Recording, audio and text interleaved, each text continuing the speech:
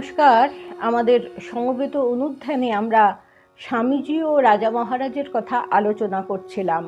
রাজা মহারাজ আসার আগে মায়ের কাছে ঠাকুর প্রার্থনা করেছিলেন, এমন একটা শুদ্ধ সত্য ছেলে দাও যে হবে আমার মতো।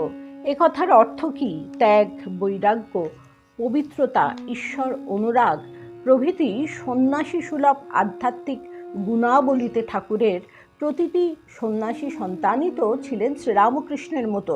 তাহলে কোন বিশেষ দিকে সব পার্শ্বদের মধ্যে, এমনকি স্বামীজিকেও বাদ দিয়ে, একমাত্র স্বামী ব্রহ্মানন্দই ঠাকুরের মতো? তিনি ঠাকুরের মতো ভেতরের ঈশ্বরময় ব্যক্তিত্বটির বাহ্যিক প্রকাশ লক্ষণে। ঠাকুর যেমন রঙ্গরস করতেন, আবার মুহুর্মুহু ভাবাবিষ্ট হতেন।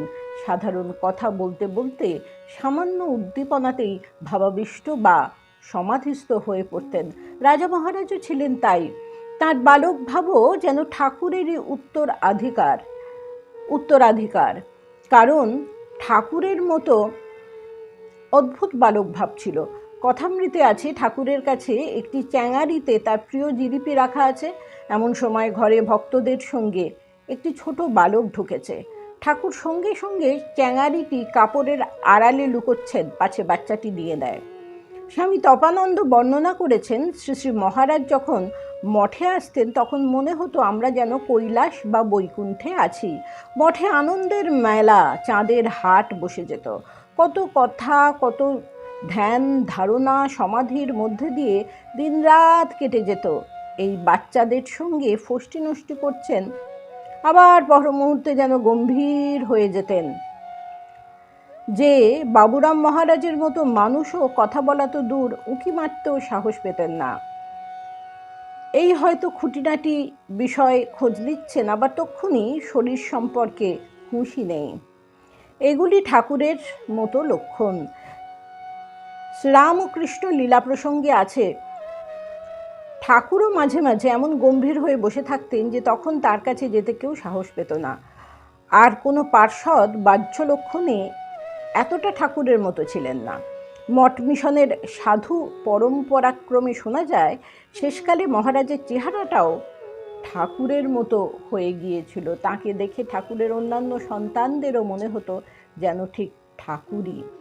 স্বামীজি ও রাজা মহারাজের পারস্পরিক শ্রদ্ধা, আস্থা ও ভালোবাসা ছিল দেখার মতো। দুজনের পারস্পরিক শ্রদ্ধা। স্বামীজি বলতেন, রাখাল আমাদের মঠের শোভা। রাখালের আধ্যাত্মিকতা আঁকড়ে পাওয়া যায় না। এক পাশ্চাত্য ভদ্রলোক স্বামীজির কাছে এসেছেন কিছু আধ্যাত্মিক প্রশ্ন নিয়ে। স্বামীজি তাকে বললেন, there is a dynamo working and we are all under him. এই বলে তাকে রাজা মহারাজের কাছে পাঠিয়ে দিলেন। দেহত্যাগের 5 মাস আগে নিবেদিতা স্বামীজির কাছে তার কাজের ব্যাপারে পরামর্শ চাইলে স্বামীজি তাকে ব্রহ্মানন্দ মহারাজের পরামর্শ নিতে বলেন। একটি চিঠি লিখে তিনি জানান, তোমার যদি আমার কাছ থেকে কোনো উপদেশের দরকার হয় বা কাউকে দিয়ে তোমার কোনো কাজের প্রয়োজন থাকে, তবে ব্রহ্মানন্দই হচ্ছে একমাত্র লোক যার নাম আমি সুপারিশ করব, আর কেউ নয়। এ ব্যাপারে আমার বিবেক পরিষ্কার। ইংরেজিতে লেখা পত্রটির তারিখ 12 ফেব্রুয়ারি 1902 সাল। স্বামীজি বলতেন, যদি সবাই আমাকে কখনো ছেড়ে যায়, রাখাল আমার সঙ্গে শেষ পর্যন্ত থেকে যাবে। তারা উভয়ের মধ্যে শ্রীরামকৃষ্ণকে দেখতেন। স্বামীজি পাশ্চাত্য জয় করে কলকাতায় এসেছেন, সবাই বলছে বিবেকানন্দের জয়, কিন্তু বিবেকানন্দ জানেন এ জয় শ্রীরামকৃষ্ণের। তার অন্তর প্রণতি নিবেদন করতে চাইছে ঠাকুরকে। তাই যেই রাজা মহারাজকে প্রথম দেখলেন, বয়সে নিজে বড় হওয়া সত্ত্বেও সঙ্গে সঙ্গে পায়ে হাত দিয়ে প্রণাম করে বললেন, গুরুবৎ গুরুপুত্রেষু, মানে গুরুর পুত্র গুরুরই সমান। অর্থাৎ তোমাকে প্রণাম করে আমি প্রণাম করলাম আমার গুরু শ্রীরামকৃষ্ণকে। রাজা মহারাজও অনুভব করেছেন বিবেকানন্দের এই কীর্তি আসলে শ্রীরামকৃষ্ণের কীর্তি। তিনিও তাই সঙ্গে সঙ্গে প্রতি নমস্কার করে বললেন, জ্যেষ্ঠ ভ্রাতা সমপিতা। তিনিও প্রণাম করলেন, করে বললেন, জ্যেষ্ঠ ভ্রাতা পিতারই সমান। তোমাকে প্রণাম করে আমিও আমার পিতা শ্রীরামকৃষ্ণকেই প্রণাম করলাম।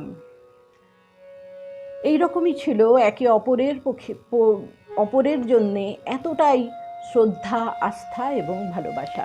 আবার আমরা পরের পর্বে আলোচনা করব। নমস্কার।